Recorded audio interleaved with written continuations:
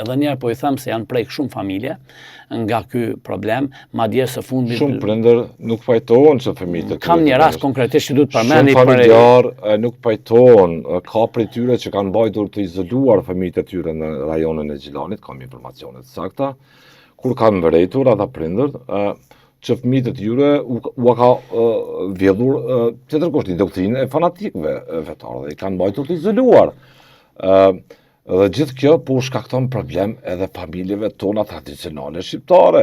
Ky import i kësaj lloji kulture ose ky rekrutim që bëhet nga Serbia kështu me radhë. Kam një shqetësim nga një qytetar i cili jeton në Gjermani, është nga Mitrovica, se si vajza dhe bashortja e tij mund të them se janë para një ndarje, nuk komunikojnë fare me ta për shkak të ligjëratave që i dëgjojnë nga imam ekstrem.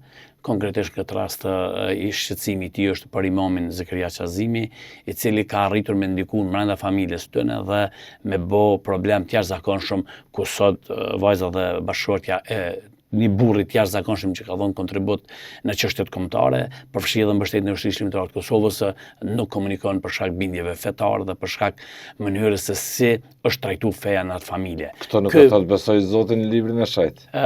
Duhet përmend faktin se ky person i ka adresuar këtë shqetësime në policinë e Kosovës, i kam gjitha komunikimet, është një djalë i jashtëzakonshëm të cilin e kam takuar në Gjermani, e mbajmë një komunikim dhe besoj që është i shqetësuar njeriu se si ja kanë shkatruar familjen. Ka prandaj përmend një shembull shumë konkret, duke citu se i njëjti ka ngritur shqetësimet edhe në autoritetet e sigurisë së Republikës Kosovës, madje së fundi e ka muzu se në cilat departamentet të policisë Kosovës ka mundësi që të merr më shumë informacione apo më shumë mbështetje sa i përket rrezikut të radikalizmit të ekstremizmit fetar.